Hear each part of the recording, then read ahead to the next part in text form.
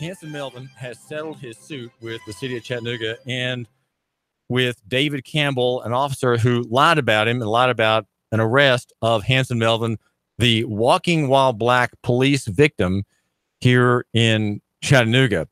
And when I got the details, from what I could get from Hanson Melvin today, I must say I was disappointed that you might say he caved. He settled when he should have gone to trial by my estimation. Now, he couldn't tell me how much he had obtained in the agreement. There was an attorney involved, of course, who gets his cut, his third. And Hanson had agreed not to make any statement about the amount or the circumstances of the settlement within the past 30 days.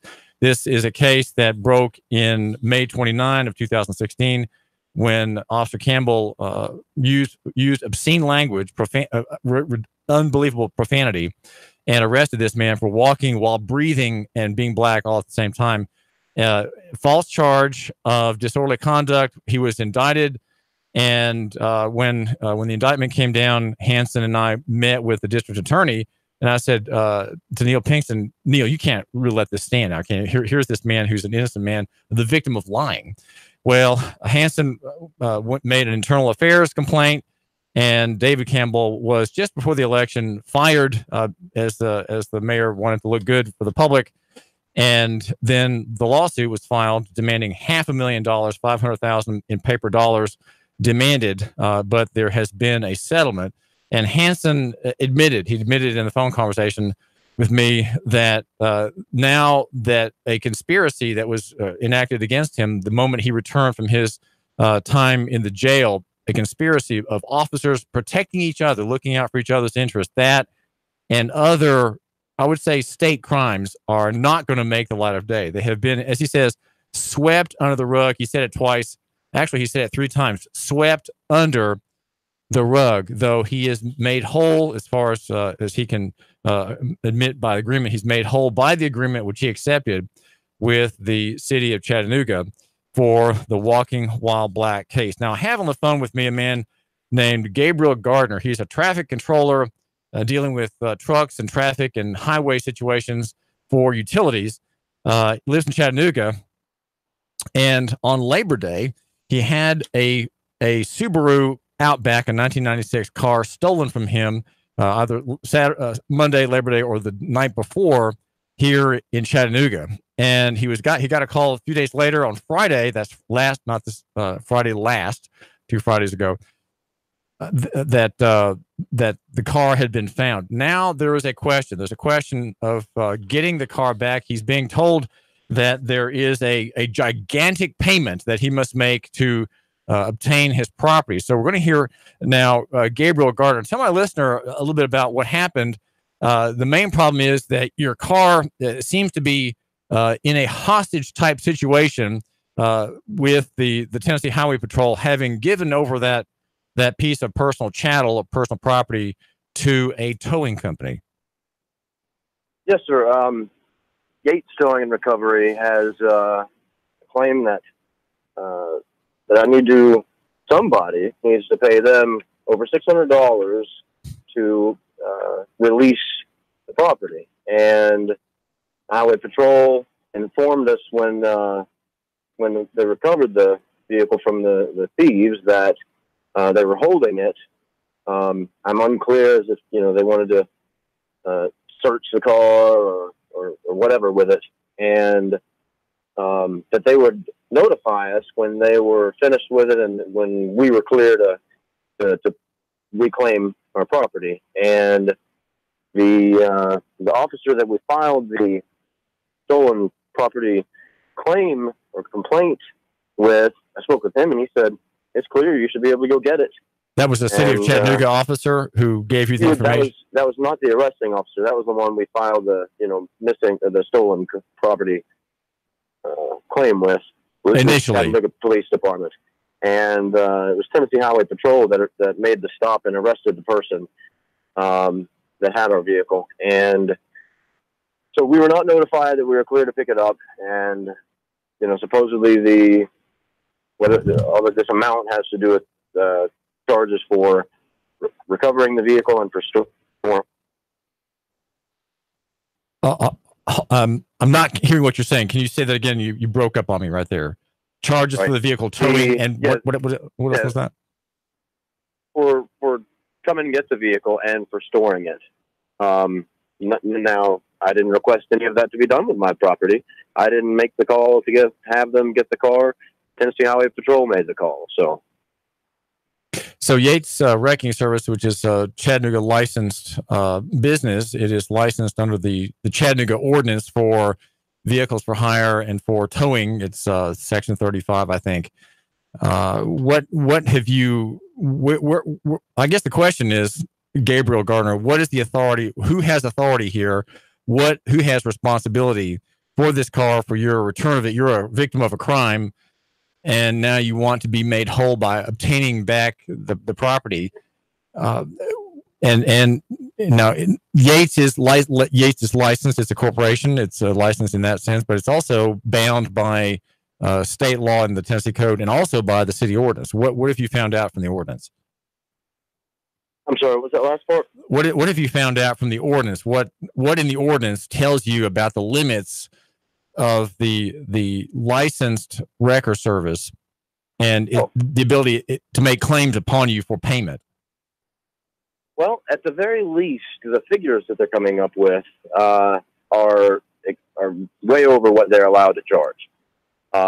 It states, what the maximum amounts for the towing and for the storage of the property, and it's easily more than 4 times what they're allowed to claim. Now, honestly, the demand that I pay anybody any money, I laugh at, because I didn't have the Tennessee Highway Patrol assumed authority and custody, having my property taken somewhere else. Right. The custody of the properties came from an illicit party, the thief, to a licit and lawful party, that is the Highway Patrol. So it had custody of the car, and then authority was delegated again in the chain of custody, which is an important legal concept. That chain, without being broken, went from the Highway Patrol to Yates Wrecking. Right. And we were notified after bedtime, 11 something p.m. that Friday. And then we contacted them back, the Highway Patrol, that said it's, being held, and unclear again on the reasons for that and the time frame. They were going to hold it for whatever reason and then allow us to have our property back. What is the limit on the charges? How much can Yates or any other licensee like that charge per day? Well, I was helped by a kind soul with finding the information being provided with the particular codes. But $125 daytime tow, $135 night, weekend, and holidays, $15 per day maximum. Okay, so a $15 per day maximum charge, and it was held. Maybe the listener can do the math for me here, the journalist. Journalists generally don't do math, Gabriel. So it was that's 7 days to last Friday, and then here we are on Tuesday. That would be 8, 9, 10, 11 days. So 11 times 15, assuming that you're going there now and paying for it. 11 times 15. That's what is the math on that? It's 5. I'm a drummer. I just count to 4. But it looks like 165 for the storage. Okay, and the towing was about 125. It was assuming it was a daytime towing charge. It was evening, so 135. Okay.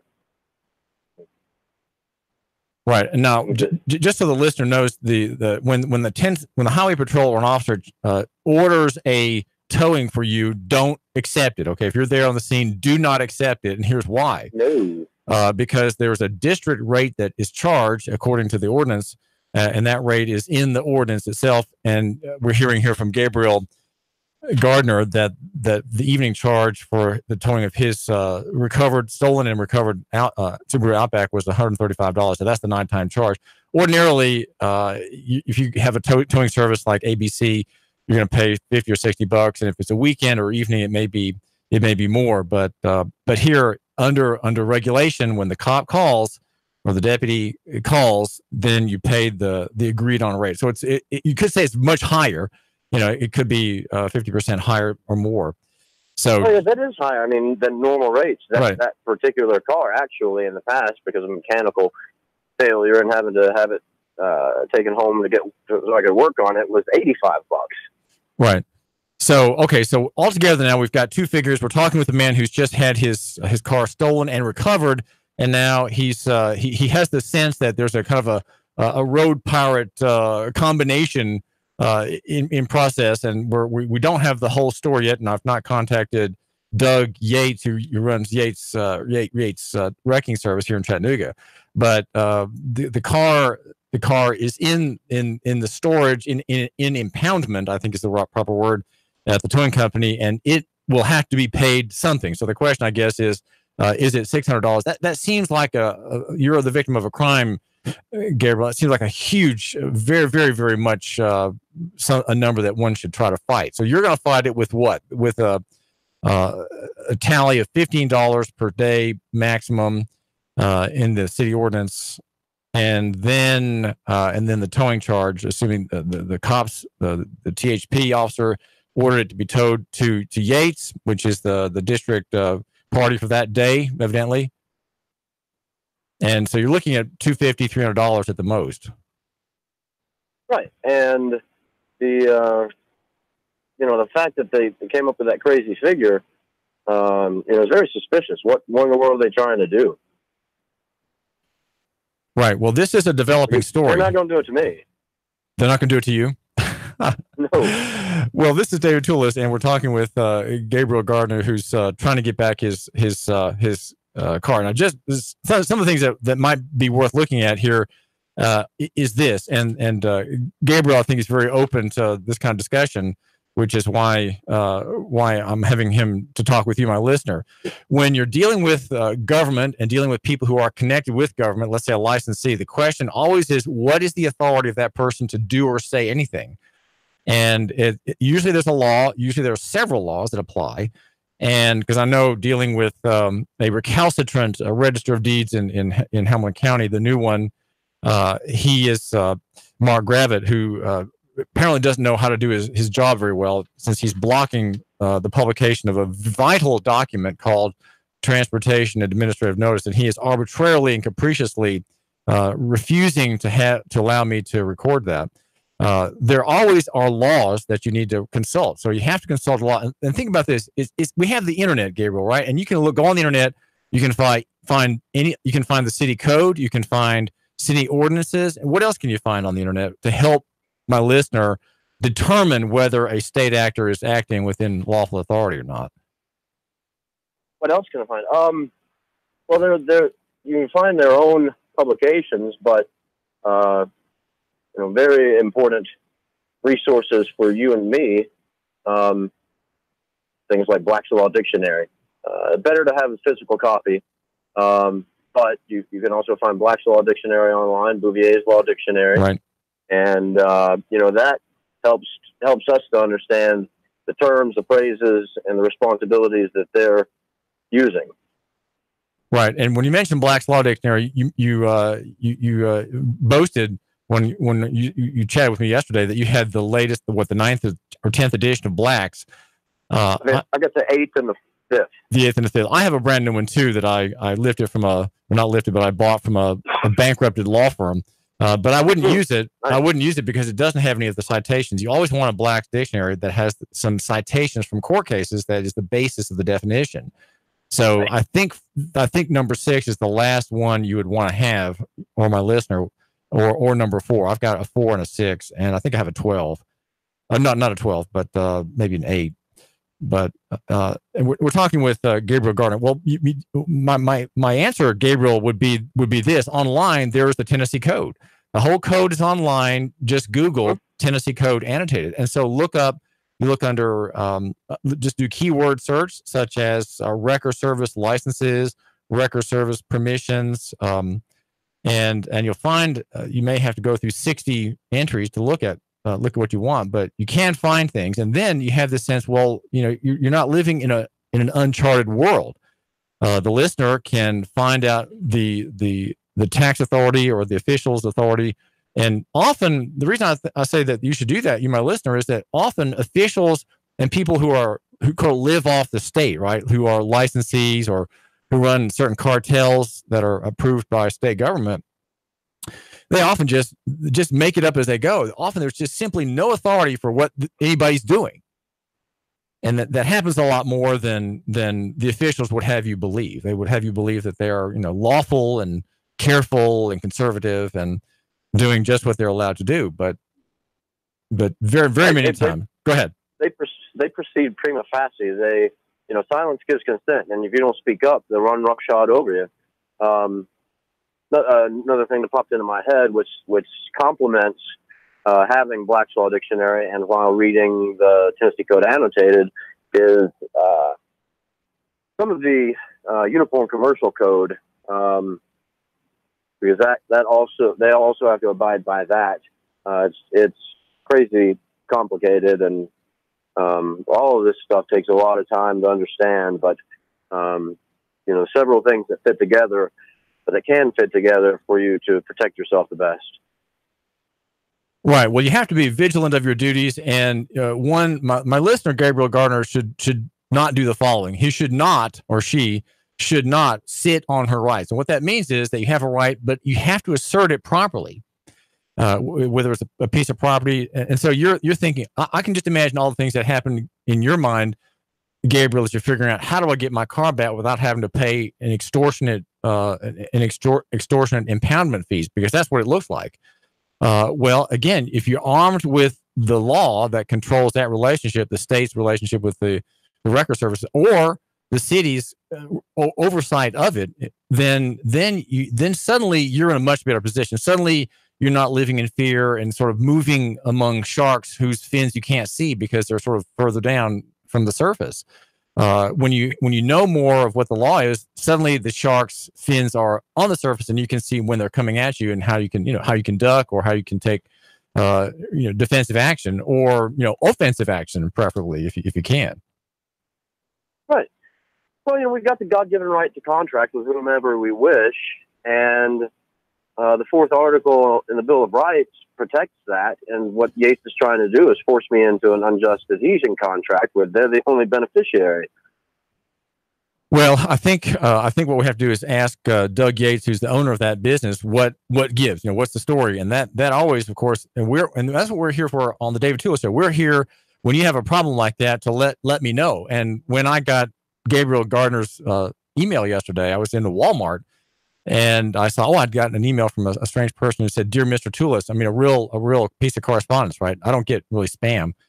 And I opened it and I called him right away, because that's what I do. When I found out that Hanson Melvin had been abused walking while black in Chattanooga, I was on the scene within 2 hours. I was on the scene within 2 hours, and we were discussing his problem. And what I do is I'm a journalist. I get questions answered. I get questions out there to be satisfied. And that's all. People always find that very helpful. When I write about them, or I interview them for their story or their problem, it's always helpful to have someone like me ask the right questions. And that's what I pride myself on asking the dumb questions, Gabriel. So, well, listen, I do thank you, and please keep us posted about your truck. I'm sure Yates Record Service is making some kind of mistake to demand $600 for the return of your stolen car, and that they know that's not right. They certainly would not want that to be out there, that company holds cars hostage. I'm sure that it doesn't, and I'm sure that Yates Wrecking Service here in Chattanooga will give you your car back for what the ordinance allows, probably $250, $300 at the most. And the fact that it's taken this long to have this sorted out should not be held against you. I think that Yates would be understanding. Doug Yates, probably Gabriel, would be very understanding about your situation and would not press his claim. I mean, he's a very big business operator. He's not going to press his claim against a little guy like you who listens to my show. I mean, the people who listen to my show, they are a unique breed. They are, you are a unique person if you tune into the David Tulis show, because we have a real positive argument for many things here in Chattanooga. And Gabriel, thanks for joining us. Thanks so much, David. Yes, sir. And let's talk soon, okay? Great to talk to you, too. Thank you for yes, all your sir. help. Yes, sir. Right. This is David Tulis, and near is better for small and big and simple and complex. And the number is 800-8949, 800-8949.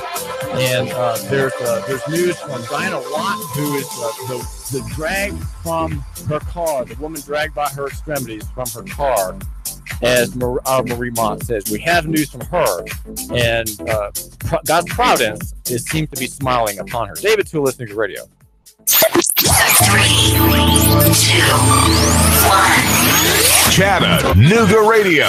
Digital FM 95.3 HD4. 92.7 FM's news now. Tyrone Murphy, the man convicted in the killing of Ashley Cates, was sentenced to life in prison. The jury made their decision after just 1 hour of deliberations. Investigators say Miss Cates was stabbed 23 times in her apartment. The court case concluded on Friday. A man described as extremely drunk was arrested on I-75 yesterday. Cops say he was lying on his back holding a cardboard sign. EMTs said that he was heavily intoxicated. His name, Gordon Miller, charged with public intoxication and aggressive panhandling after he was caught at the same location a second time, again drunk. Police in Pisgah, Alabama say a high schooler was arrested over Snapchat threats. Jackson County Chief Deputy Rocky Harnan says the student posted a picture of a pistol on Snapchat, said people shouldn't attend class on Monday. School officials say a parent told him about the threat. School was let in today, but under heightened security. Val St. John for Nuga Radio, News Talk 92.7, Action News Now. Sean Hannity, weekday afternoons from 3 to 6 p.m. on Nuga Radio 92.7 FM. Nuga Radio 92.7.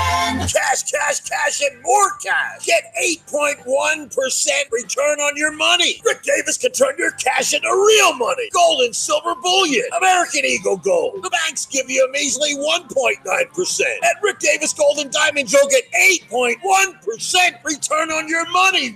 8.1% return on your money. Wow! Whether you're buying an ounce or 100 ounces, Rick guarantees it in writing. 8.1% Rick Davis Gold and Diamonds. Raider Road, Chattanooga. Let's face it, Old Faithful isn't as faithful as it used to be. Constant repairs are a hassle and can rack up quick and money and time. Landers McClarty Ford can fix that. Right now, you can get a 2016 Ford Focus, 34,000 miles, only $11,491. A 2017 Chevy Spark with only 17,000 miles for less than $12,000. A 2015 Volkswagen Jetta with less than 21,000 miles for $11,991. Yeah, browse their entire inventory of new and new-to-you cars, trucks, and SUVs online at Landers McCarty Ford of FortPayne.com. Landers McClarty Ford of Fort Payne. If you can't find your next perfect ride, they'll go find it for you. Big city selection, small town prices, friendly service, and top dollar for your trade. The savings are waiting and only a short drive away, so what are you waiting for? Get started with your personalized shopping today at Landers McClarty Ford of FortPayne.com. Join Nuga Radio and the Gridiron Gang live from 7 to 9 at Starbucks at 10 North on the North Shore. We're talking all things high school football. There's a specialty brew or refresher weekly inspired by the game of the week. Sweet treats, extended hours all season long, and we're pet friendly. Portions of all proceeds support local schools and educational scholarships as well as after-school programs. It's football time in Tennessee. Join us every Thursday live from 7 to 9 at Starbucks, 10 North, your North Shore neighborhood living room. Your home is a constant work in progress. Repaint the walls? Yeah, easy enough. Leaky faucet? There's a video for that. But roof repair? You might want some help. That's where Chattanooga Roofing Contractors come in. They have 3 generations of roofing excellence you can count on. Leave the ladder in the garage. Go to chatroofing.com.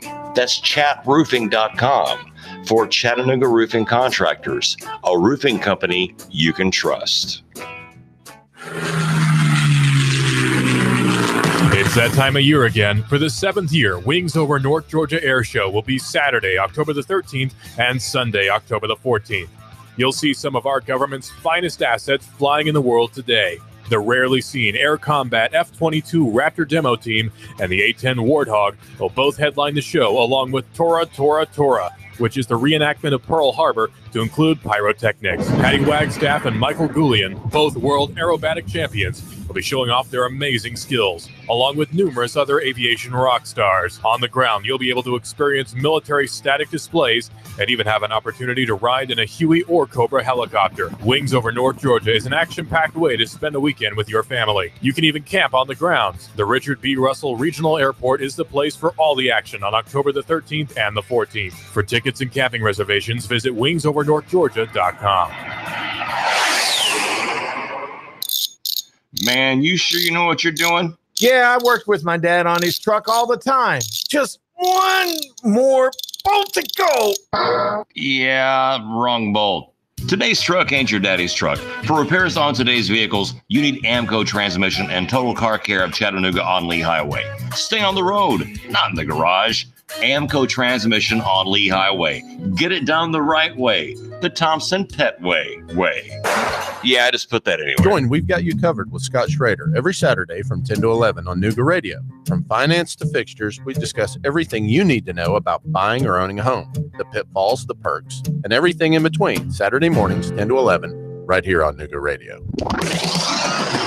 Nooga Radio, Chattanooga weather. Warming up out there for your afternoon with partly cloudy skies. Can't rule out a stray shower, but most of us staying dry. Highs upper 80s. Tonight, lows back into the mid and upper 60s. A little late fog. For the midweek, though, more sunshine, hot and dry through Thursday with highs each day around 90. Check out Glass Farm Nursery, now open with violas and pansies, only $14.99 per flat, as well as beautiful 8-inch mums, only $5.99. That's Glass Farm Nursery, Highway 11, 4 miles south of Trenton. And I'm Snore Gene 12, Chief Meteorologist, Pastor 4. Nooga Radio 92.7.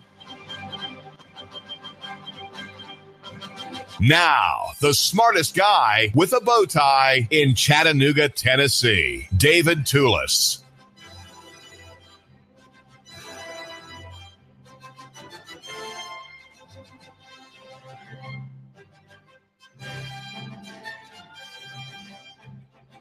You report and the world decides. That is our slogan here. And thanks to the great censor, FB, many things are getting out. And we have the viral video of the police arrest and the police execution, the police harassment, the police abuse. And in that vein, as you report and the world decides, we hope for reform. We're trying to bring about good results in exposure, in the press operation, in the work of shedding light on dark customs and habits, that we want there to be fuel for reformation and reform in Chattanooga. That is to say, things made better, broken things fixed, evil and wicked customs that are damaging, especially to protected groups of people who I'd say are generally the poor. Right, they are the ones most victimized by routine law enforcement activities. If we can end some of these abuses, then we are a more just city. Right, that justice is when there is not oppression. Oppression and injustice are the same thing. So when you have justice, you have less oppression, and people are rightly treated and not put down and put into jail and put into poverty by the state itself, our betters, right, supposedly. Now, the story about Diana Watt broke in July. She was a woman who was involved in a transportation stop under Title 55. And you may not have read stories like the kind I write before, but you'll find a very unusual perspective at our chief sponsor, Nuganomics.com, where we have a free market analysis, a constitutional analysis. Is very pro-government. I'll have you know that I'm very much pro-government. And the reason I say that is because I believe that the laws that we have are mostly pretty good. Some, such as the disorderly conduct statute, which we have on the books, is unconscionably vague and should be overturned. But it won't be overturned because there's no money in it by any attorney. Attorneys will not fight that because there's no money in it. It's a throwaway charge and has been on the books for 30 or 40 years, unchanged, unchallenged. Now, Diana Watt, I mentioned her because she was charged under that statute. She was charged in a transportation stop on July 7 under that statute, and 7 others. She was facing 8 criminal charges in Sessions Court. And yesterday, before Judge Bales, she made an appearance in a transportation stop on questions of use of the road by commercial operators. And we'll if I can remember to, I'll ask her if she's a commercial operator. But Diana Watt, tell my listener about Judge Bales yesterday in Sessions Court. How long did you have to wait before you had your minute and a half before the judge's bench? Diana Watt, can you hear me? This is David Tulis, and we're trying to. Hello? Diana, are you able to hear me? Yes, I'm able to hear you. I'm kind of like I'm going through. I'm actually in the car with my daughter. Yes, I could you repeat that again? I'm sorry. Well, the question is, what happened with Judge Don Bales yesterday in Sessions Court in your traffic enforcement case? Okay. Yesterday, when I spoke with Judge Bales, I was told that if I got my insurance and my car registered and my driver's license, that the charges would be dismissed, thrown out. Tell my listener what happened the day you were arrested. Set the scene, because it was a sensation on YouTube, and we quickly heard about the story. People are constantly telling me about this story and that, and so what did we see, and what was it about? Okay, it started with a traffic stop. Actually, I was approaching Dotson Avenue. And as I was approaching Dotson Avenue, I saw a police officer. Actually, we were kind of like, facing, towards each other. And I made the left turn onto Dotson Avenue. Shortly, I appeared at the fast stop gas station right there on Wilcox and Dotson Avenue. And the next thing I know, I pulled up at the gas pump, and our officer got behind me, and then that's when he turned the lights on. My car was at a complete stop, and he told me to get back in the car. So I got back in the car. He asked me for my driver's license, and I gave him my state ID, and I tried to, make him aware of that I did have driver's license. It's just that I didn't go in to take a picture, a new picture for my license, and somehow he ran my driver's license, came back and told me that they were suspended. And I tried to tell him that they were not. So I asked him, is there any way that I can get information from my daughter, to bring the verification that I needed, showing that I had Tennessee driver's license? He told me no. Either way it go, he was going to write me a citation. And I was asking him, is there not any way you can please not cite me? And he goes to say, well, no, I can't do that. I'm going to have to cite you. I said, well, sir, I'm starting a new job, and I can't, be in the Buster paper and I'll lose my job. And he told me that no, I'm going to cite you, and I don't know what else happened after that. But quickly he started to count like I was a child and told me that I had a certain amount of time to sign it. And I kept saying, sir, I'm going to sign the citation. I have no problem with that. Next thing I know, there were like 4 cops on me. I was sitting in my truck, and I never made it outside of my truck. But like I said, there were 4 cops on me. There were 2 like on my running board, 2 in the back of me, and from the inside of the car. And a female officer approached the driver's side from the back of me, trying to snatch my phone out of my hand because I was trying to record what they were doing. Shortly after that, the officer counted down again. So as he started to count down again, next thing I know, he counted maybe he got to 2, and that's when he grabbed me and threw me out of the car onto the ground. And I kept telling him, I'm trying to get out the car, just give me a chance, and he wouldn't let me. So I was thrown to the ground. Well, and if you go to Nuganomics.com, and I have 2 stories about your case, and one of the screen grabs from the video on Facebook is the officer pointing at you, and he's counting down like a dog who has to sit to count 5, and then she can hop up and run to the master. Right. That's kind of the picture that you have there. And now, how is it that you were facing 8 charges, Diana Watt? That just seems, it's amazing that happened, but I'm sure it's all very reasonable and rational. What happened? What ostensibly did you do to merit 8 criminal counts against you, ma'am? Nothing. I was just pulled over through doing a traffic routine, stop. I mean, I don't know how I encountered 8 charges because I did nothing wrong. And out of those 8 charges, they told me I was going to jail for driving without license. But out of those 8 charges, driving without license was not any of the charges that I was charged with.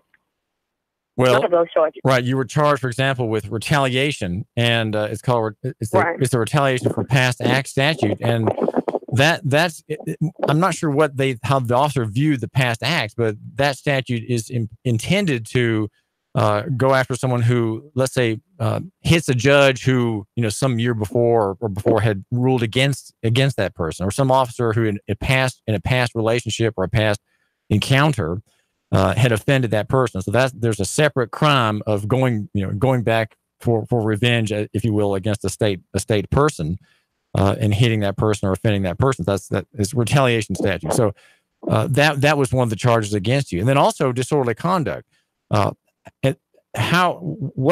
was the disorder that you felt that you were pushed to the ground? Was that disorder? That you didn't get out of your car instantly? Was that disorderly conduct, Diana Watt? That's the part I'm lost on. Like, I don't know how they came up with that. I don't know.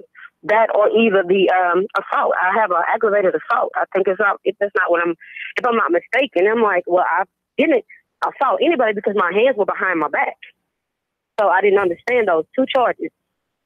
I don't know. Right, I was agreeing with them, telling him I'm going to get out the car, but he started to count down, as you can see in the video, and he threw me out the car. He jerked me out the car. Right. Assaulting an officer is one charge. And then resisting arrest. Now, resisting arrest, stop, and frisk, that cannot be used unless the person uses force. That, according to the statute, the language says in the law there has to be force applied by the defendant before he can be or she can be charged with resisting arrest. Did you use any force, or was there evidence of that in your daughter Jayla Johnson's video? No, I didn't use any force. Like I said, my hands were behind my back, as you can see in the video. The whole entire time, I never made it out of the car. Was there a state prosecutor or an officer there in Sessions Court yesterday, Diana Watt? There were, but I didn't get a chance to speak with them. That's the whole thing about it. I spoke with the judge and the judge only, no one else. Was there no officer standing beside you as the other side, if you will? No. So, and I've been 3 times and not seen any officer show up. I've been, to court several times. Well, let me ask you a little bit about that. The court system is very demanding of people's time. It's a great thief of time. Why 3 times? What were the other 2 visits about? They were actually, I guess maybe, they told me that I needed an attorney, but all of a sudden yesterday, I didn't need an attorney. I spoke directly to the judge. I guess maybe for arraignment, I don't know, but the officers never showed up. Yes, ma'am. Like I said, I spoke with the judge and the judge only. No, DA, no officers, no one was, I didn't speak with anybody. Well, if you'd thought of it, or if you'd had some discussion with someone who could have helped you, that person might have said, well, Diana, if there's no prosecutor there, no officer to witness against you, then you should demand dismissal of all the charges. Right. But you did not ask that question. No, I did not. Okay. So you're agreeing with the judge who didn't have a lot to work with from you that you're going to show up again in October? Yes, October. Okay. And you're hoping that you'll have your driver's license, and that also you'll have your car registered. Was there a problem? Were you mentioning a problem you had been having with registration of your car as a motor vehicle? Yeah, I'm having problems with the call out where I got my car. They're not willing to work with me. I'm trying to get my car registered. So yeah, I'm having problems with that. But I was told that if I showed up with my registration and my insurance and my driver's license, that the charges will be thrown out. Yes, ma'am. Well, if you have an affidavit that's a description of factual events, you can possibly, let's just assume you can't get the car lot to cooperate. You can make an appearance with the judge, say, I've got my driver's license that would satisfy you on these charges, and I've made efforts to get the car registered, but here's an affidavit describing why I can't. And so an affidavit stands as evidence, and you can simply say, well, this is unrebutted evidence of my efforts, my correspondence, my phone calls, my visits to this car lot. And hey, I'm not giving you legal advice, but I'm just saying that an affidavit goes a long way in establishing the fact base of your efforts to get that part of your problem solved. Correct. So, well, listen, Dinah Watt, thank you so much for talking with my listener. We are glad. It sounds like things are looking up for you in God's providence. You are getting back to your normal life and not have this nightmare surrounding you. Yeah, I'm trying to, but I lost a great job behind it. So yeah, I'm trying. You say you lost a job on account of this police encounter? Is that what you said? Yeah, something that I enjoyed doing. So I lost the job behind it. Well, why did you lose the job? Because you couldn't make work, or because your employer saw the video? I'm sorry? Because of the charges. Because of the charges, which were seemingly with malice attached to them, you lost your employment. Right. And did you find work since? No, I'm having a hard time finding work. And what's your line of work? That surface that comes up. What's your profession? What's your calling, Mrs. Watt? What do you do? Actually, I'm trying to be an upcoming auto mechanic. I enjoy working on cars. Okay. So they took that away from me. Okay. And do you have any training at all or any experience at all in mechanic work, Mrs. Watt? Yes, it runs in my family. Actually, when I was a little girl, I actually saw my uncle, and this is my. I've always had a passion for watching my uncles, build engines and take them apart and put them back together. So that was always something I wanted to do as a child. It's automotive. Yes, ma'am. Well, listen, Donna Watt, thank you for joining my listener and me here on the David Tulis Show. Thank you very much for your time. All right. Thank you, Mr. Tulis. Yes, ma'am. Bye, ma'am. Bye. This is David Tulis, and we've been talking with Diana Watt. And the story is one of several that we've covered here, and that have been, you might say, a dreary drumbeat of police activity serving Mayor Andy Burke. And the Diana Watt case came just a few days after the Avery Gray daughter car dragging story involving the police here in Chattanooga, a police officer taking part in a private employment, seemingly taking part in private interest, and violating the statute, which requires repo men who are going after the collateral in a repossession action to create no public breach of the peace if they don't have a court order. In other words, if you have a court order, say from Gary Starnes in Sessions Court, you can breach the peace in getting back collateral in a loan, right? In a repossession action. I think you can breach the peace by my reading of the law. But if you don't have a court order, it has to be done on the QT. There cannot be a noisy seizure of a car or a piece of property. It has to be done quietly. And yet that officer in that earlier case did not do that. Officer Wright. And so there's this question about professionalism and obeying the law. We don't have sovereign individuals, right? They do not exist. Only God is sovereign. And yet here in Chattanooga, we seem to have quite a few of them. I'd say that Mark Gravitt might be one as well, refusing to honor his ministerial duty to record affidavits and notices. There's one that's he's passing judgment on. It's an unusual situation in which I, your host here, David Tulis, your editor at Nuganomics.com, am confronting. And here in a nutshell is this.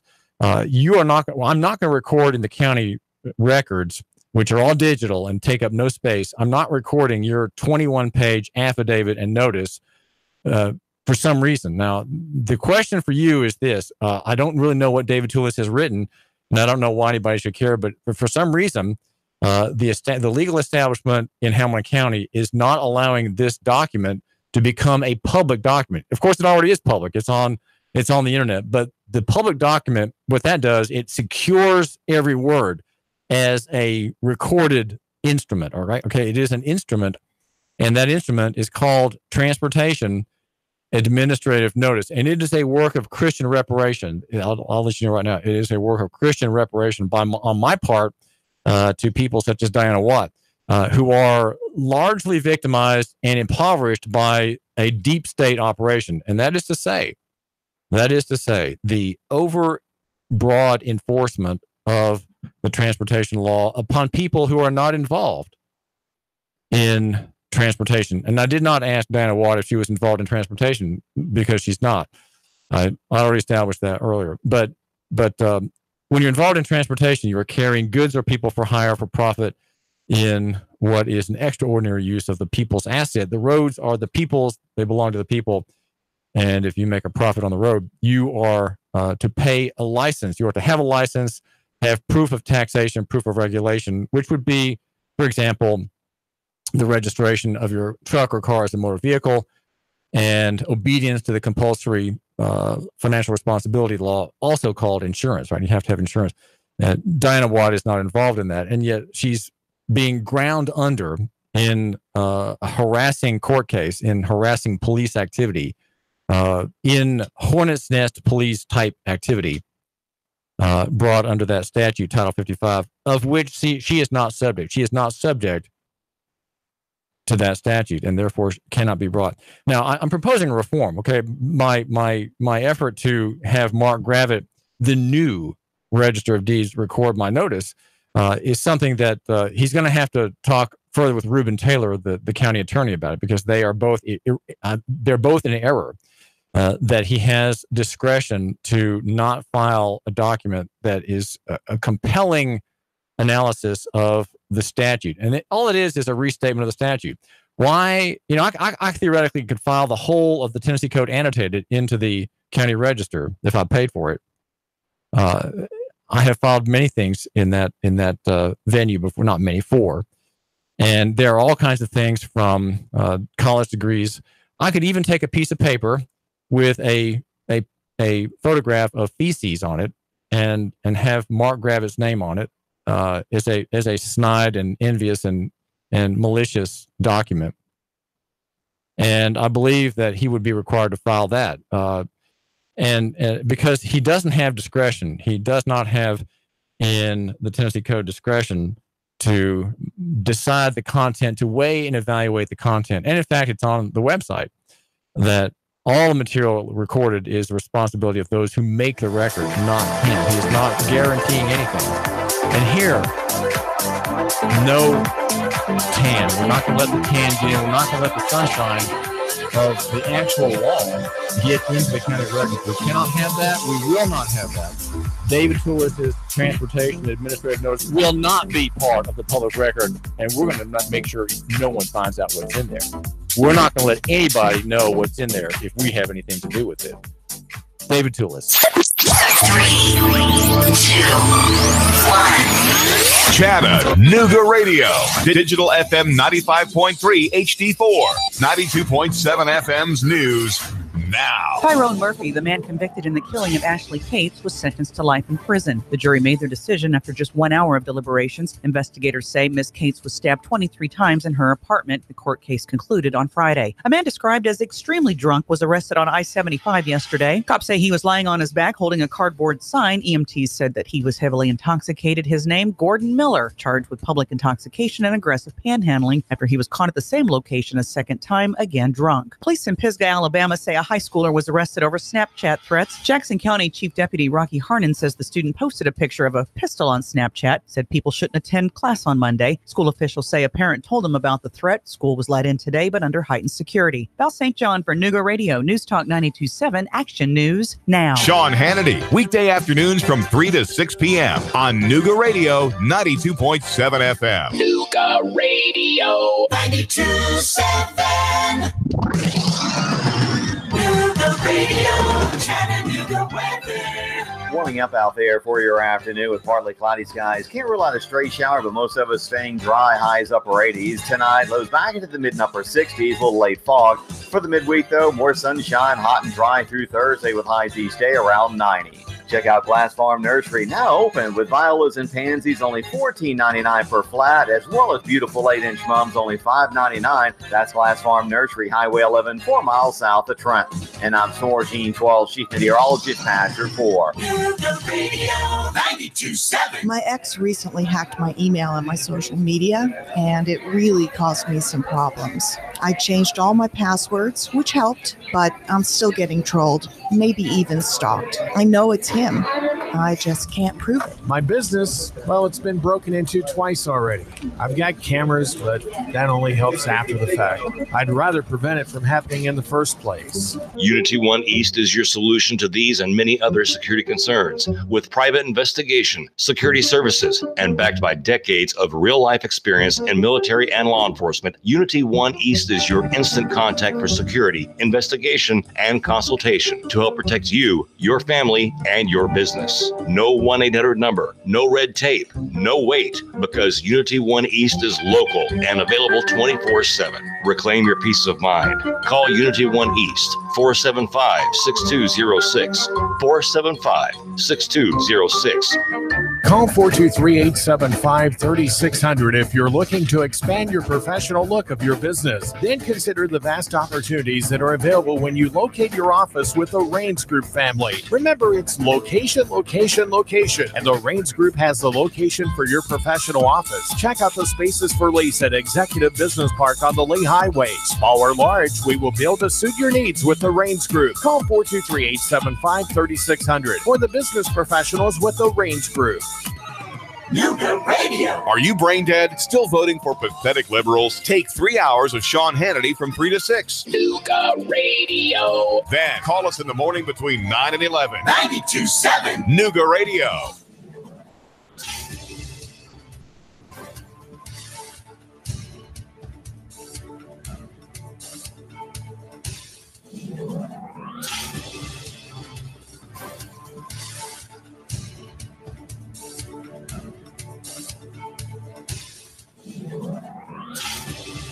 WPLZ HD4 Ottawa, W224AZ Chattanooga. Serving Chattanooga. Broadcasting live from the center of the universe, the Tennessee Valley's most listened to news talk station. Nuga Radio 92.7. This is CBS News on the Hour, sponsored by ZipRecruiter. I'm Jim Shenevy. Will there be a hearing Monday on sex allegations against Supreme Court nominee Brett Kavanaugh? Some question as Republicans say they have yet to hear whether the accuser will attend. The president says Brett Kavanaugh is anxious to appear before the committee. I don't know about the other party. Senate Judiciary Chair Chuck Grassley says he still hasn't heard from Christine Blasey Ford. Democrats say the hearing should be more robust, with more witnesses, and take place only after the FBI investigates Blasey Ford's allegations. But Mr. Trump says he won't ask the FBI to talk to the parties. Because they don't want to be involved. If they wanted to be, I would certainly do that. But as you know, they say this is not really their thing. Stephen Portnoy, CBS News, the White House. The simmering trade war with China escalated again today, with Beijing announcing new tariffs on $60 billion in U.S. goods. That follows President Trump's announced tariffs on $200 billion more in Chinese products to take effect on Monday. CBS's Weijia Jiang. The White House was certainly already prepared for this. In fact, in the statement in which President Trump announced these new tariffs, which would be the second set that go into play against China, they also said if China actually retaliates, we are prepared for a third round of tariffs on China on $267 billion of additional imports. Wall Street shrugging off the news. The Dow up 0.75%. The death toll has increased again from what was Hurricane Florence. A Virginia man killed when his vehicle was washed away in high water. That brings the overall death toll to at least 34, 26 of those in North Carolina, where Roy Cooper is governor. 343,000 people approximately are without power. And first responders have reported rescuing and evacuating more than 2,200 people and 578 animals, and rescues are continuing. More from correspondent Jim Krasula in Fayetteville. As the Cape Fear River heads toward a record crest 30 feet above flood stage here, it's likely the fast-moving water loaded with debris will damage bridges. People are being warned not to walk or drive on them. Police are using drones with thermal imaging to locate people who may be trapped by still rising floodwaters. What's left of the storm now drenching parts of the Northeast. Police in Ames, Iowa have arrested a homeless man in the murder of Celia Barquin Arozamena, a student at Iowa State University, and a top amateur golfer, Jeff Huff of Ames PD. Search of the tent and surrounding area, a black backpack was located with 2 pairs of shorts with stains that tested positive for the presence of human blood. A knife was also recovered from that location. On Wall Street, the Dow is up 195 points. This is CBS News. ZipRecruiter, the smartest way to hire. ZipRecruiter's technology finds qualified candidates for businesses of all sizes. Try it for free at ZipRecruiter.com/free. Let's think about customization presented by Liberty Mutual Insurance. Liberty Mutual customizes your auto insurance so you only pay for what you need. So why aren't more things in life customizable? Why should I pay the same amount for a compact parking space as I do for a regular space, right? What kind of lot doesn't reward me for selflessly buying a smaller car to provide more parking room for others? Go to libertymutual.com for a customized quote and you could save. Liberty, liberty, liberty, liberty. Coverage is underwritten by Liberty Mutual Insurance Company and affiliates, equal housing insurer. Pay off credit card debt with a personal loan from Marcus by Goldman Sachs. Life can add up quickly, like when your youngest needed braces the same week as your oldest tuition was due. And then you got hit with a vet bill for the real baby of the family. Debt happens. It's how you get out that counts. Get a personal loan from Marcus by Goldman Sachs. Fixed interest rates, monthly payment options, and no fees, ever. Learn more at Marcus.com. It could be the biggest source of sickness in your home, an object teeming with life-threatening bacteria from E. coli to Salmonella, even MRSA. It's your dog's water bowl. British researchers have found that dog water bowls pose a risk to humans as they can be a conduit that transmits those nasty bugs from your pet to you. They also found that plastic bowls are the biggest offenders with the highest number of bugs. Their recommendation is clean the bowl frequently with an antibacterial soap or bleach. Is it the ultimate in recycling? A Dutch company has begun construction of a facility to recycle dirty diapers. Worldwide, disposable diapers, a major source of pollution. Millions of tons of soiled nappies choking landfalls. Well, slated to begin operations in December, this plant will process some 15,000 tons of diapers each year, turning them into useful products like garden furniture and flower pots. Literally, double duty. Jim Chenevey, CBS News. A good night's sleep starts with the right pill. 3, 2, 1. Chattanooga Radio.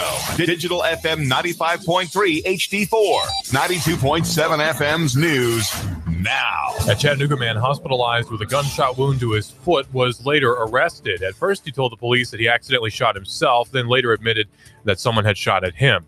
Mr. Reynolds was arrested after his girlfriend said she shot him because he came at her with a gun. Corey Reynolds taken into custody. 58-year-old Glenn Donaldson was sentenced to 20 years behind bars in the killing of his own son-in-law, Kenneth Levi, who was shot and killed at his kitchen sink. Donaldson claimed self-defense in the slaying. The family of the victim begged the judge to give Donaldson the maximum sentence. Chattanooga Department of Transportation advises a new traffic pattern is coming to the area of West Main Street at Carter Street and Reggie White Boulevard. New stop signs will be put in place. Construction began Tuesday, 8:30 a.m. CDOT advises you should be prepared to stop in the area. Russell Stroud, Nooga Radio News Talk 92.7 Action News. Now.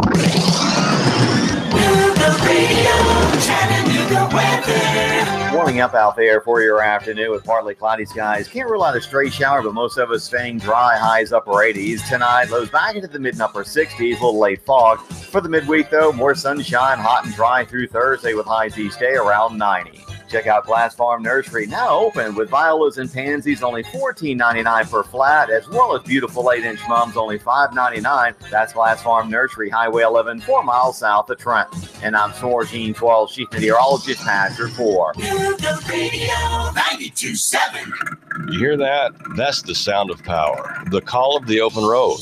That is the newly designed 2019 Indian Chieftain Limited. Yeah, Indian. More than a bike, it's an experience and an American icon. And the place to find it, Indian Motorcycle of Chattanooga, along with their entire new 2019 line. Ready to answer that call? Go to Indian Motorcycle of Chattanooga. Just look for the sign on 153 and Nicola. Indian Motorcycle, the true American original. Join We've Got You Covered with Scott Schrader every Saturday from 10 to 11 on Nooga Radio. From finance to fixtures, we discuss everything you need to know about buying or owning a home, the pitfalls, the perks, and everything in between. Saturday mornings, 10 to 11, right here on Nuga Radio. If you want to discover the real hope for your life through inspirational music, relevant messages, and testimonies from others who have already found hope, then we encourage you to visit the second annual My Hope Conference, October 7th through 9th at Hickson First Baptist Church. Free admission and childcare is provided for kids up to pre-K, while those in kindergarten through 5th grade will attend the Kids Hope Rally. For more info, visit myhopeconference.com or call Hickson First Baptist Church at 423-877-2467. Now, the smartest guy with a bow tie in Chattanooga, Tennessee, David Tulis.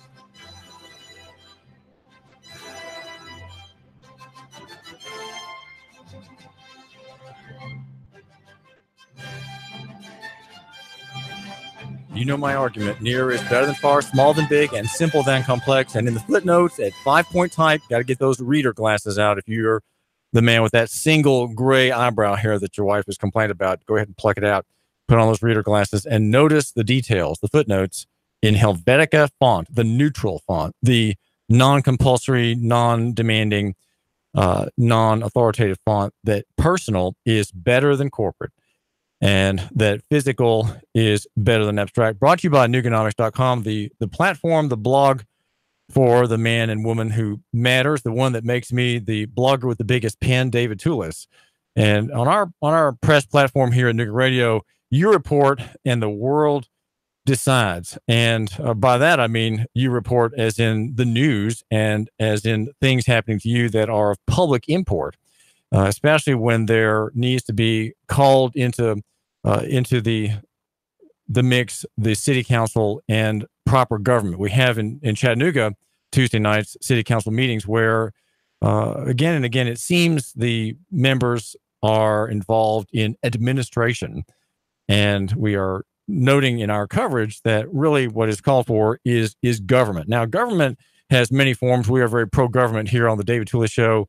And at the Sean Hannity station, CBS Radio News, we are very pro-government. I'll have you know that. We are very much for the rule of law and not the law of rule. And that is what we have in many cases in Chattanooga. Now, government also applies to the running of a business. And if you are a business owner, maybe you run a nonprofit organization, you are all involved in government as well. Policy, rule, funding, obedience, compliance, innovation, encouragement. Dealing with your people, dealing with technology. And one thing that should be part of your government is a good marketing strategy. And I want to ask Sam Silvey, who runs Spectris here in Chattanooga, about marketing. What is marketing your business? What have I missed in late developments in the marketing field that would be good for me to hear about marketing what I do here as a press platform, and what you, my listener, can do as well. Sam, tell my listener a little bit about what Spectris does. You're the president. You're a certified Google partner. You deal with all kinds of helps for businesses and nonprofit organizations.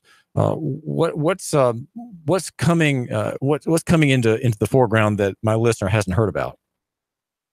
Great question. First, we're a full-service marketing agency based down in St. Elmo. We handle everything from market research to web development, video, print design, ad. Like you said, we're a Google partner and a HubSpot partner, both. As far as new technology that's come about, it's always constantly changing. So that's a pretty complicated question. Well, I'm not really asking you about the technology so much. It's just the way people can do things in new ways. Is there something that is kind of starting to crest that's a new venue or a new method or a new idea? You mentioned, for example, posting little videos about your business. Sure. So I think that can be split up into two different categories, really, the B2C and the B2B. For B2C, we've seen a lot of success with Instagram here lately.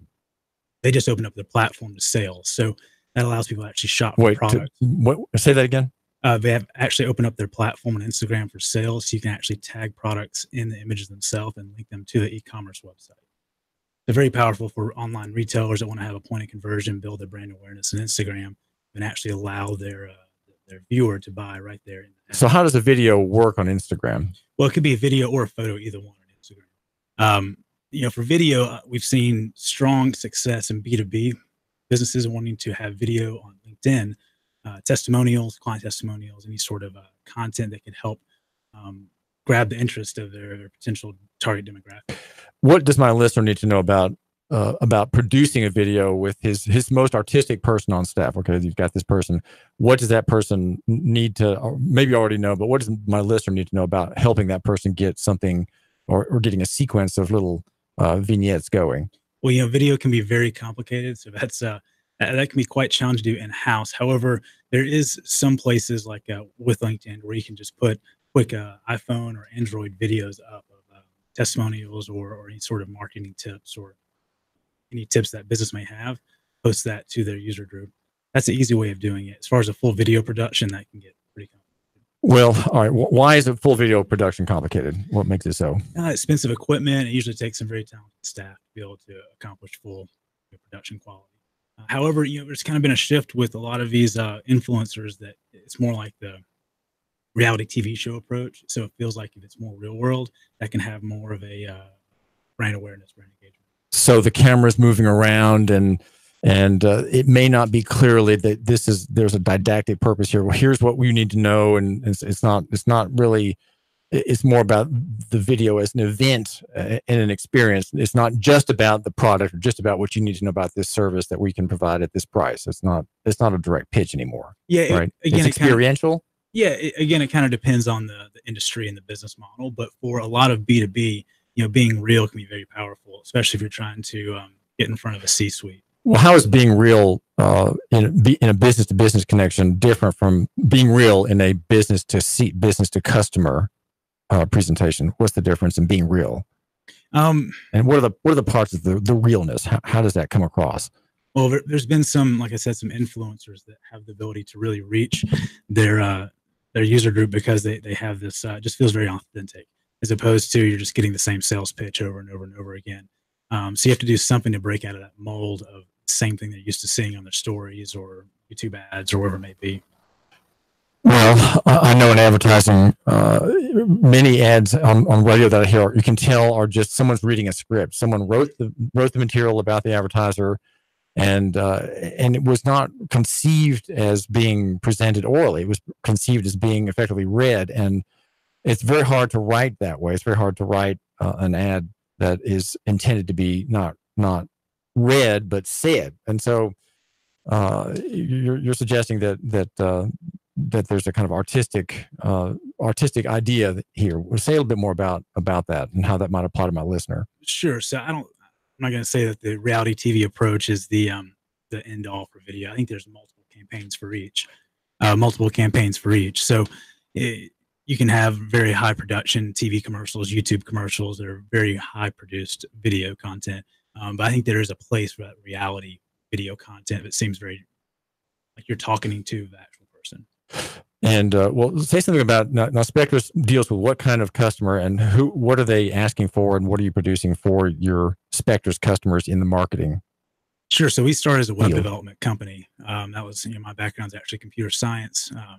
And from that, we started building a lot of websites for people, e-commerce stores, highly integrated, complex systems, that noticing they weren't maximizing their potential. So we started just organically expanding to Google AdWords, social media management, email campaigns, market research studies, print ads, to really start building the entire sales funnel for clients. Our ideal client, someone we act as our out-of-house marketing company that builds strategy and campaigns on a yearly basis. So it's not just at your company, Sam Sylvie, the internet or television. You're saying we want to kind of be your brand overseer, right? Because every business, whether it's B2C or B2B or direct to consumer, it has an individual strategy and model, so it can't just be cookie cutter.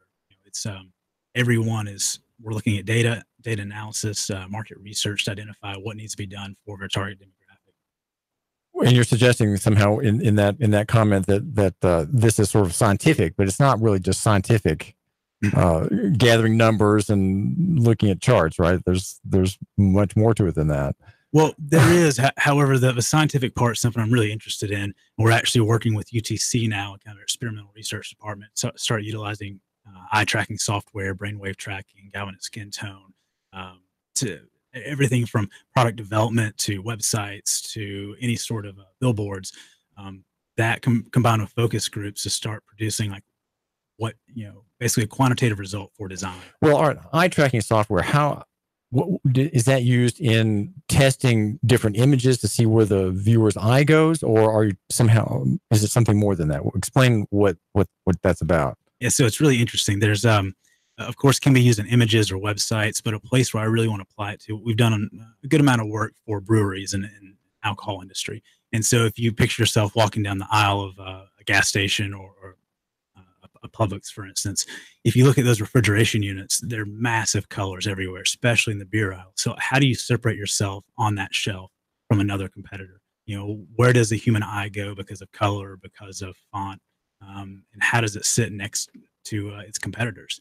So we want to come up with actual science to that to make our clients stand out against the competition. Well, how do you control for that? Because you don't dictate how a store manager arranges the elements, and are in a store are there contracts as to where beer is placed, or is that arbitrarily decided by the manager?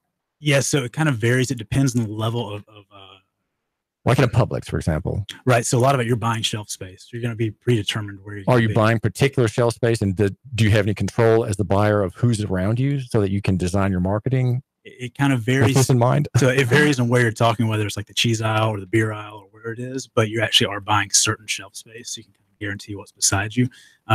However, a lot of it's you're looking at your competitors right now, and then how to update your brand now or produce your brand new product now based on other logos and color schemes. Wow, that just seems very, very complicated. It definitely can be, but it's exciting. Is it creative? Also, does it require creative people to work for you, Sam, Sylvie, at the Spectrus? It does. We have a great creative. Or just staff. analysts. I definitely like creative people, and that's actually kind of a challenging part because a creative mindset versus the analytical mindset can be kind of challenging. Well, say something about the internet. My listener runs a business. He has a blog running on his business, but it doesn't get much attention. He's not sure it's worth the trouble. He hires out for that someone to produce a post every 5th day or so, something about his line of products. Is that he's treading water? He's not making anything with that effort. What does he need to know to do better? Let's say he sells. He's in a retail field. How can he do better? Yeah, that's a great question. There's definitely a lot of variables there, but one is to look at analytics. You have to have that, whether it's just the consumer, a business owner for themselves. Tons of free tools of Google Analytics and tons of help videos out there on YouTube that can help you read that data and identify where your acquisition is. So if they're coming from emails, if they're coming from Google, Facebook, social media, how they find that content. That's very important, and it's something that they can actually do themselves. Once they figure out where that's coming from, then they can start looking at ad spend. There's a lot of tools out there like Instagram, Facebook, LinkedIn, MailChimp for emails. They try to make it as easy as possible so the consumer can actually handle that themselves. Of course, there's levels of complications that can go above someone's head at some point, but there's great ways to get started on your own. So if the listener with his business or his nonprofit organization is willing to spend the time, he can get some of the basics down. And his problem is he just doesn't know that he can find the time for that. Definitely. I mean, I work on my car every weekend. I can tell you I'm not an auto mechanic by any sort of school, but there's a lot of YouTube videos I watch to help me with it. So there's a lot of things in our industry as well that, of course, can get really complicated, especially programming. But there's great YouTube videos, tutorials. We actually give a lot of us free tips every week from Spectrus as well. So say something about that. How can my listener, does he subscribe to these tutorials? How does he get them? Yeah, you can subscribe on our website, spectrus.com. And every week we have a weekly marketing tip that goes out, everything from design to AdWords, to social media engagement, email campaigns, just random tips. Spectrus is SPECTRUSS. That's correct. Right, spectrus.com. So the listener, if he wants to get tips from your business in St. Elmo on how to market, just subscribe to that. That's right. And those emails have like videos with them, and you can watch samples of things that you've done or things that you recommend be considered. Yep, that's correct. We talk about current trends and everything from web development to advertising. What about the listener who does not really like Google for its massive tracking and is going to DuckDuckGo or other search engines? What does he say something about search engines and their use? Is there something that is worth hearing about Google versus competitors? I mean, as far as marketing goes? Well, that's That can be a very complicated answer. Yeah, I know, but go ahead, try it. There's definitely a lot of pros and cons to it, and we're going to talk about all the data we're collecting individuals. It can definitely be a little scary, even to myself. However, if someone, a wise business owner, can learn how to either hire a company that can use that information or utilize it themselves, there's a lot of valuable data that can get them ahead of their competition. As far as like potential conspiracy theories of where Google will go with it, there's no telling on that. It's definitely scary how much data they collect. Well, okay, so your customers benefit from data mining, right? And are you a data mining business? Is that what you do, or is that not really? No, I mean we have some of that involved in some of our software, but we're not really just going out and actively data mining. That would be by subcontract. If you had a customer who wanted you to find out something specific, you would contract to some other party and would ask certain questions pertaining to that customer. As far as like market research, we handle a lot of that. Some data mining is involved in that. We just very rarely go after like really data mining clients looking for that service, to be honest. Well, all right. Tell my listener what you recommend. Let's say he's a member of a church, and the church would like to have a more interesting website, having more than 30 people a week go by there. What does a church or nonprofit religious organization need to do with that much investment of time or expense? Sam Sylvie. So that's a great question. Again, there's lots of ways to increase that. One that is pretty easy as far as being able to target your demographic would be something like Instagram. There's tons of users on there. Facebook, as you know, with the Cambridge Analytica, they've changed the way businesses or nonprofits either want to reach their target audience. But with Instagram, however, it's a lot easier. You can still target your demographic, and your ad spend goes a long way on there. So that's a great way. Even if you're not sponsoring content, it's a great way to get free publicity on Instagram. And how would a church get publicity? What's involved in that? Well, an easy way would be, if they don't currently have an Instagram account, open up an Instagram account and have someone weekly posting either videos, pictures, Bible verses, scriptures of the week, anything like that, to get followers on Instagram. And that can kind of help with their friends can start seeing that content. They can start doing sponsored content as well and reaching people in their area. Your customers are mostly what kind of business? We have a wide range, everything from educational institutions to procurement, distribution, logistics companies. We have a lot of those here in town. We do. Logistics. Yeah. Direct to consumer companies. So that's been a big push for us with people wanting to go direct to consumers, the Amazon scare and all that. Gets people ready. Well, say something more about direct to consumer. That doesn't make sense to me. Every business is, well, not every business, but what does direct to consumer imply when you say that word? Well, we've had industries that have been making widgets of the proverbial widget for 50 years, 100 years. They've been selling through different retailers. Now you're seeing them held captive by retailers. So you look at a company like Dollar Shave Club, who came about and in a handful of years, they went to being bought out for $1.1 billion by Unilever. It was mainly because Unilever is held captive by Walmart, CVS, those companies that hold their data. So they want to buy out a Dollar Shave Club because everyone can buy their razors directly online. They have all that user data. They have the frequency of buying. They can reach them on all the different social media networks. So we're seeing that trend go from smaller companies to large Fortune 500 companies. And what do you make of radio as a so-called legacy system of outreach and press and marketing?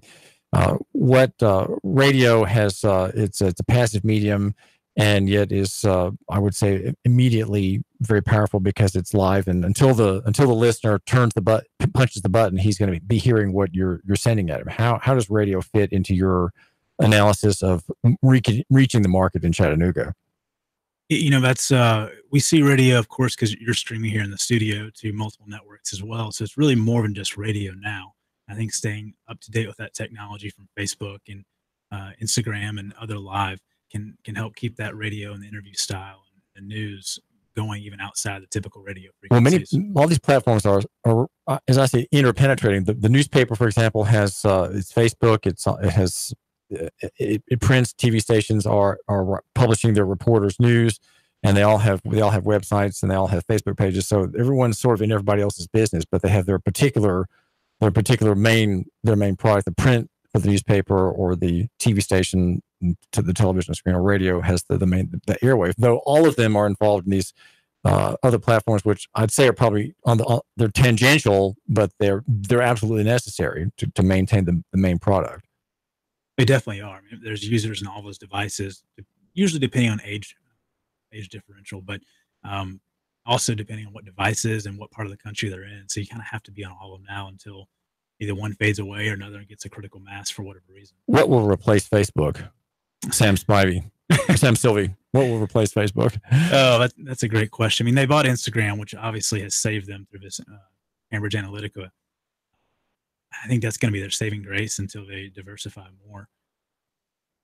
I'm not sure what would replace it.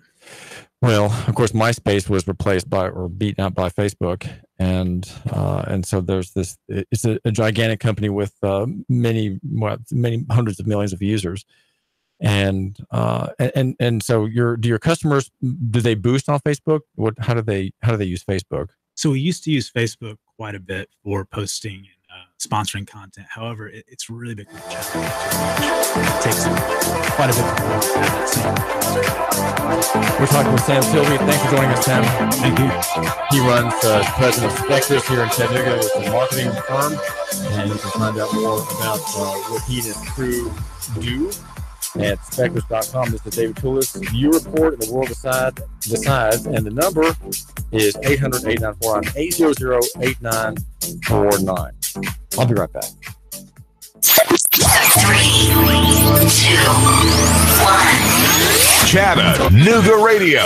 Digital FM 95.3 HD4. 92.7 FM's news now. Tyrone Murphy, the man convicted in the killing of Ashley Cates, was sentenced to life in prison. The jury made their decision after just 1 hour of deliberations. Investigators say Miss Cates was stabbed 23 times in her apartment. The court case concluded on Friday. A man described as extremely drunk was arrested on I-75 yesterday. Cops say he was lying on his back holding a cardboard sign. EMTs said that he was heavily intoxicated. His name, Gordon Miller, charged with public intoxication and aggressive panhandling after he was caught at the same location a second time, again drunk. Police in Pisgah, Alabama say a high schooler was arrested over Snapchat threats. Jackson County Chief Deputy Rocky Harnan says the student posted a picture of a pistol on Snapchat, said people shouldn't attend class on Monday. School officials say a parent told them about the threat. School was let in today, but under heightened security. Val St. John for Nuga Radio, News Talk 92.7, Action News now. Sean Hannity, weekday afternoons from 3 to 6 p.m. on Nuga Radio 92.7 FM. Nuga Radio 92.7. Cash, cash, cash, and more cash. Get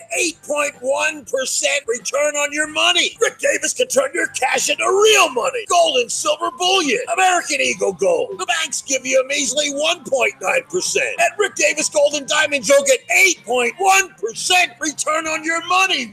8.1% return on your money. Wow! Whether you're buying an ounce or 100 ounces, Rick guarantees it in writing. 8.1% Rick Davis Gold and Diamonds. Brainerd Road, Chattanooga. Let's face it, Old Faithful isn't as faithful as it used to be. Constant repairs are a hassle and can rack up quick and money and time. Landers McClarty Ford can fix that. Right now, you can get a 2016 Ford Focus, 34,000 miles, only $11,491. A 2017 Chevy Spark with only 17,000 miles for less than $12,000. A 2015 Volkswagen Jetta with less than 21,000 miles for $11,991. Yeah, browse their entire inventory of new and new-to-you cars, trucks, and SUVs online at Landers McCarty Ford of FortPayne.com. Landers McClarty Ford of Fort Payne. If you can't find your next perfect ride, they'll go find it for you. Big city selection, small town prices, friendly service, and top dollar for your trade. The savings are waiting and only a short drive away, so what are you waiting for?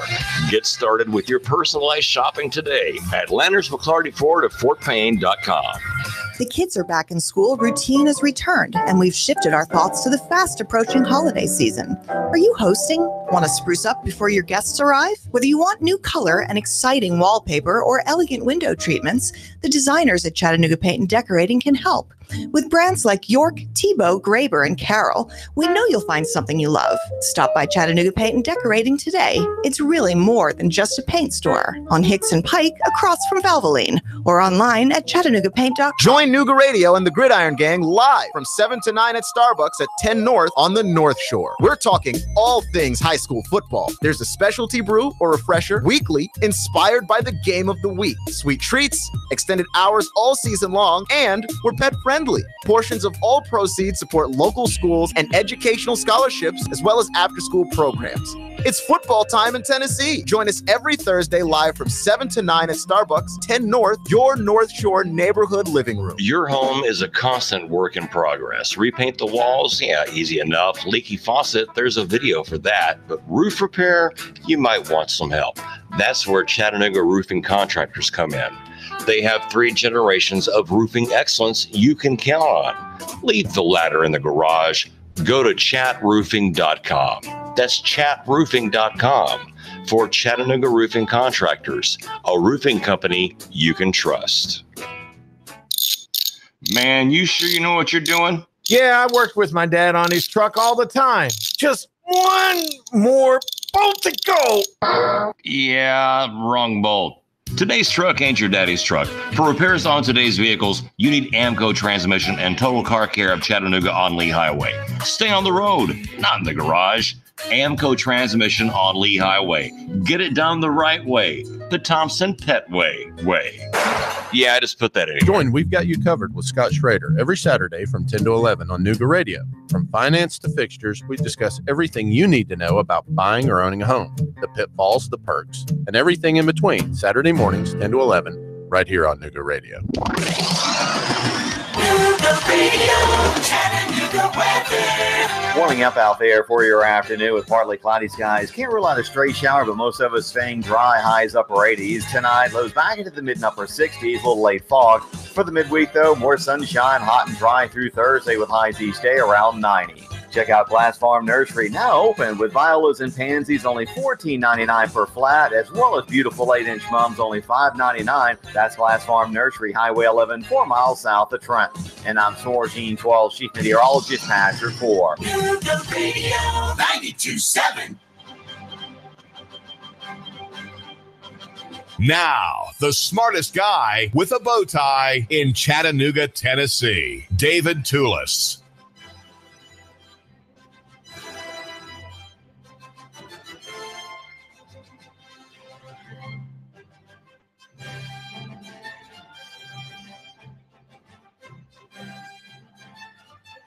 I got correspondence from a woman who tells me that her brother, Bobby Paris, in a state-run, state-certified hellhole in Pikeville, Tennessee, just across the mountain from Chattanooga, is suffering from diabetes, hypertension, neuropathy.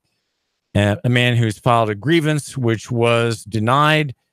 Joyce says in a letter to me, she's thinking that I can help her, right? She thinks that maybe David Tulis, who is on the radio, the man who matters, who assists the man and the woman who matter, that would be you, understand better your dilemma. She says that the physician at the prison has decreased, she should say reduced, decreased his medicine yet again. They're trying to cut him off completely. A diabetic has to have their medicine, she says. Chronic hypertension has to be controlled with medicine and not be cut down 3/4 to the usual dose. He is not getting his metformin as required or his Neurontin. He filed a grievance. The physician is only going to see him every 6 months. And she says his blood sugar stays high because he is not getting his medicines as required. Now, there seems to be a bit of repetition and redundancy in that correspondence. But I did boil it down and send a copy of this story, as I indicated, to Nasa Taylor, who is the FLAC PR person and PIO, Public Information Officer, for the Department of Correction, the slave master in our state, running, I think, 14 slave camps, aka prisons here. She says, "Thank you for your email. Your comment has been shared with our chief medical director. And after a review, it has been determined that the characterization below, meaning in the email, is quite misleading and erroneous. As you are aware, I am prohibited from talking about an offender's medical care. Inmate health information is confidential as provided by Tennessee Code, annotated 107-504, parentheses, A. Nasa Taylor." She's the director of communications for the the slave system. David Tulis here. The number is 800-8949, 800-8949. And the stack is heavy in my hand, and I want to just go through some things. But, if you want to call me to talk about anything at all, except the weather, perhaps, do call me. The number is 800-8949. The Gridiron Gang Show is at 10 North at the Starbucks at the 10 North development in the North Shore. There are going to be discussions at 7 o'clock Thursday evening at 7 for a couple hours, 7 to 9, high school football every Thursday night, all season long at the Starbucks at 10 North on the North Shore. Vision Hospitality Group in charge of festivities, and the name is David Tulis. Now, Mark Gravitt is the county register of deeds, and I just want to praise him for being a courageous man, and I say that with genuineness. He's courageous because he is not doing what I'm asking him to do, right? And whenever a man stands up to somebody else who doesn't know what he's talking about, well, that person should be praised and respected. And my appeal to Mark Gravitt is that he not exercise discretion, that he not exercise anything but obedience to his charge, which is to file legal documents of legal import, and really anything else people want in the county record. That would be discharge papers for soldiers, grant diplomas are in there, all kinds of things, affidavits. I have several documents in the county record. For example, when I rescinded my Social Security number, that's there. The fact that my mother, who is now 94, has a power of attorney form, that's in there too. It's a POA one-page document that I signed before a notary. So that's in the record as well. There are all kinds of things, affidavits, notices. And Mark Gravitt thinks that he can weigh in and opine on the work that I'm doing on your behalf. And I have an interview with him a couple days ago where the interview was followed the next day by a letter from Reuben Taylor, the county attorney, saying we will not put into our record your legal notice to the county and to the city. We will not be putting these notices, which are a matter of record. They're unrebutted fact that the notice has been delivered. And I have an affidavit stating that this notice about your rights, right, your property rights, a notice that promises reform, a notice that if it were regarded as the law should be regarded, would be the herald, the advance warning of a major legal reform and a major opening up of Chattanooga as a city and a culture. But it's going to take some time getting there. Okay. But I have a long-term view. I'm a person who thinks in the long term, and Mark Gravitt, the county register of deeds, is the problem is that this is I'm recording. This is a meeting. Just audio. Okay. Mark Gravitt, elected official, courageously representing my listener, and this notice is about redress of grievances. Now, what I've done is just read the affidavit. I've gone to 6 municipal jurisdictions in the county, and I've said, here's what the scope of the statute is in Title 55, and you're being notified of the limits of that authority. Starting with Chattanooga on February 20th. Next was the county through the chief enforcer, the chief law enforcement officer, Jim Hammond. This is a public record. There are unrebutted acknowledgments of receipt. This is an affidavit stating that you had conversations and that you gave documents to certain individuals. Yes. Why does that need to be recorded? Because of neglect of the statute. You have here widespread neglect is the benign term, but it's widespread rejection of the limits of the scope of the statute. In a nutshell, Mark, Title 55, Tennessee Code, just go on up the numbers here, has an. I want you to know that I'm here on your behalf. This is David Tulis, your host, meeting with Mark Gravitt, the County Register of Deeds. I'm standing up for your rights. Okay, you have rights involved here. You have property rights involved here, and I'm trying to make a record of the most important document that office has had in the past 10 years. And it's not just private business here. This is public business. Public business where I'm saying that officials are rejecting the scope of the law and acting outside their authority, as he is. Mark Gravitt is following them in their footsteps, and he will be and is acting today outside of his authority. He's making an evaluation. All the discussion I'm giving him, describing what I'm trying to get him to record, is his way of evaluating the content and the veracity and the usefulness of this document. He has no authority to do that. He has no, and in fact, it's on the front page of his website in Hamilton County Register of Deeds. He does not make any promises of the validity of any document. Enforcement authority that's this wide, but it's being enforced as if it were a football field wide, or maybe from here to where they're painting on the far wall. That's the scope of activity. This is illegal. It damages the people of our county. And so I've done the research prepared by David Tulis, and I didn't have that last time. Well, if you're of that opinion, and I'm no attorney and I'm not giving legal advice. You said that twice. But can you explain to me why wanting to record these makes it any different? Why not just file suit? Well, in notice, recording these is not going to do anything. Well, except why does anybody record anything at all? Recording anything, whether a deed or a will or a bequeathal, that doesn't do anything either. But proof of ownership or so forth. Well, here the notice, Mark, provides proof of ownership of the roads. The people own the roads, and they have the free use of them. It's called a public right-of-way for a reason.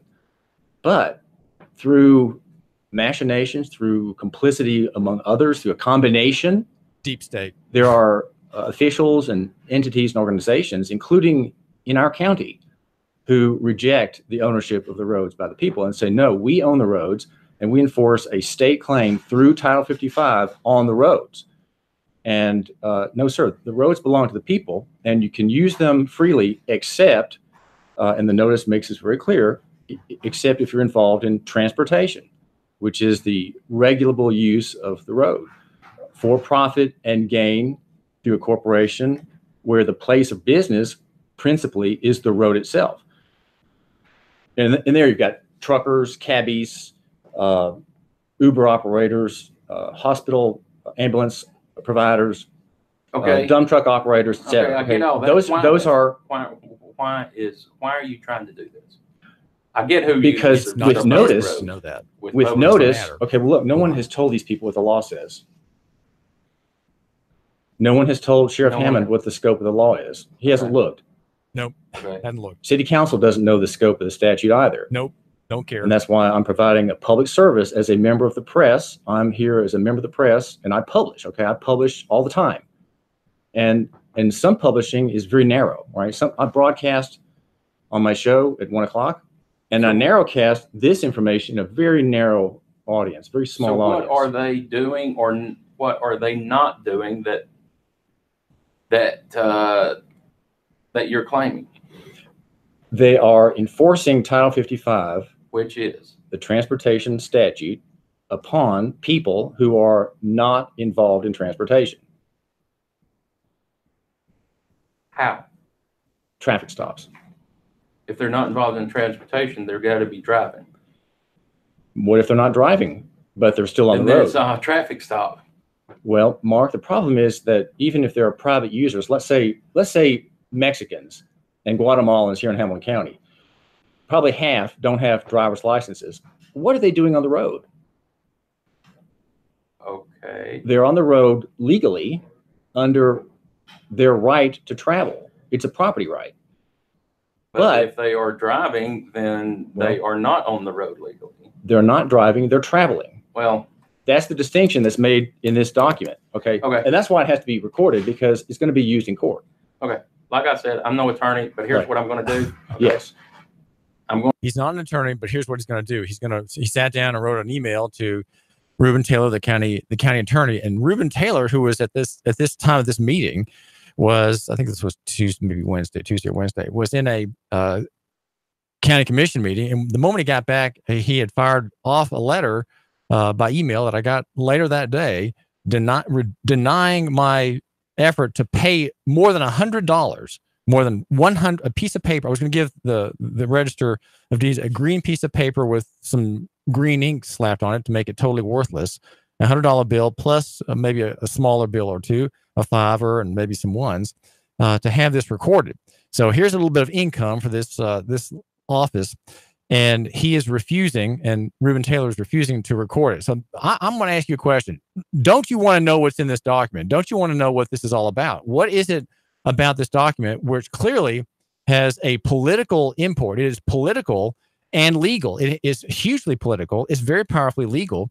And the legal establishment with Reuben Taylor, the county attorney, is saying we will not record it. And they have no choice but to record it. Okay, they simply don't have the authority in the statute in either his charge of office or the eligible documents list in another volume.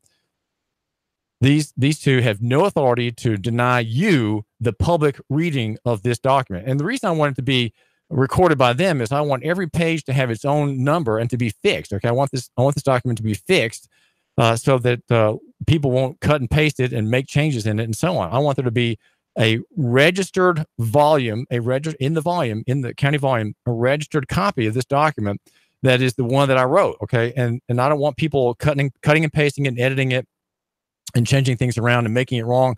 What if someone tries to sabotage this effort? At some point, this is going to catch the notice of the people who want to actually fight me. Okay, they're going to actually fight me. Right now, they don't really know what's happening, but you and I know what's happening, but they don't, right? They don't pay any attention. At some point, they're going to say, well, we've got to stop Tulis. Well, if this thing is registered and recorded, they have, and you have, a fixed copy. There's the Keela Jackson story. Just briefly about Keela Jackson. She has been denied the right to travel in a city court case with Sherry Patey. She's also been denied in the same motion for reconsideration an effort to have a restricted driver's license. So Sherry Patey is telling her, no, I'm not going to help you become free. I'm not going to help you end your poverty. And you remain under the ban of the driver's license statute. That's the official policy position, which is outside the law. Of course, it's outside the law, but that is the official position. That if you don't have a driver's license, you cannot use the roads at all. You are forbidden to use the roads. It is a crime to use the roads. That is not true, but that's what everybody says is the case. Even Neil Pinkston assures me that is the case. Well, she is going to want to have a copy of this notice on her person. If perchance she has to get into a car and go somewhere for an act that is an exercise of her rights or an act of necessity. Maybe she has to take her mother somewhere. Maybe she has to go to the hospital. Maybe she has to have a job interview, a paying assignment. She's a writer and blogger and a woman with a master's degree, but she's in poverty because she can't get around. She's honoring the pretended claims of authority of the streets. The city has moved the boundary mark. Okay. It is a real estate question in the end, and the Register of Deeds, Mark Gravitt, should record the rule, right? Mark Gravitt should record the surveyor's lines and map, which is what I have done. David Tulis here at 92.7 FM. I have created the map that shows where the line is, where the cop has to stop, and where the freedom of the user of the road, that's you, begins, okay? If you're a private user, he has no authority to stop you for any infraction under Title 55. You can complain about that if you want. You can say, well, man, David, you're proposing anarchy. How then the cops can't stop people, right? Unless they're involved in commercial activity. Well, that's the way the law is written. And that's the way the rights of the people are arranged as against the law. The law doesn't touch rights. The law affects only privileges. Only state-granted favors called privileges are in view in the statute. It's under the UAPA, the Uniform Administrative Procedures Act, and all activity under UAPA and under Title 55 do not affect any of your rights, which means you have a right to get in your car and go. You just simply have a right to do it. You just have to make sure that you're not carrying anybody or any goods for hire. Now, listen, I'm not giving you legal advice, but that is what the notice is about. The notice that the county wants to stop from being recorded. This is where things stand. It's being denied illegally, and it's an exercise of discretion that is unwarranted and not allowed. The Register of Deeds, as you heard him say, he is not an attorney. Well, then how is he evaluating anything that I have to say about anything? He has no business asking me any questions. Perhaps he was just asking David Tulis here, your host, these questions as a matter of personal interest. But it sure looks like he's saying, well, this is a public issue. This is a public matter. And I'm refusing to publish it based on the advice by the county attorney, Reuben Taylor. Well, they're both wrong. There is no discretion, and this is certainly a legal matter. And as I'm suggesting to you here on the David Tulis Show, it's about real estate. The people, the state has moved the boundary. The county has moved the boundary against you. And the city government with its police department has moved the boundary toward you. In other words, the line, your area in which you can play ball with your children, in which you can grow a garden, in which you can tend to a horse and a little stable, and maybe have some chickens. The boundary has been moved toward you, and you have less room for these private activities. You have less room in which to make love to your wife, right? They're coming in around you, and there's very little privacy left. There's very little left. And here on this matter of the use of the roads, do they belong to you or do they belong to the state? Are you able to be on the road freely in a libertarian, anarcho-capitalist, biblical, free state? Or do they own the roads, the good people, and grant you permission through payment of fees and the obtaining of a privilege, a special discriminatory favor? You may use the road if we approve of you. Don't forget, all licensing schemes, all privilege schemes are discriminatory. They discriminate. You can, and over here, over there, you cannot. Okay. You have two groups of people. One group can by paying the fee, and the other group cannot because they don't pay the fee, right? They don't make submission. They don't bow and scrape. They don't come on bent knee asking for permission, or they can't afford it. And so licensing schemes of whatever kind invariably discriminate. They discriminate. They make distinctions, which the state is not allowed to make. And here, as we are finding in Chattanooga, the distinctions are dividing down racial and economic lines. The poor can't. The black can't. The Hispanic can't. And those who can are people like me, right? People, white guys with bow ties. We can because we can afford it. If we have incomes, past 40,000, we can, right? And we are able to avoid the harassment, the hassle of these asphyxiating systems that deny common rights and impoverish people, such as Keela Jackson. I want you to follow the Keela Jackson story. Subscribe to Nuganomics.com, where I've covered her and others in the same position. David Tulis, seeking liberty and prosperity here in Chattanooga. And make sure you tune in Saturday to our great home show. 3, 2, 1. Chattanooga Radio. Digital FM 95.3 HD4. 92.7 FM's news now. Tyrone Murphy, the man convicted in the killing of Ashley Cates, was sentenced to life in prison. The jury made their decision after just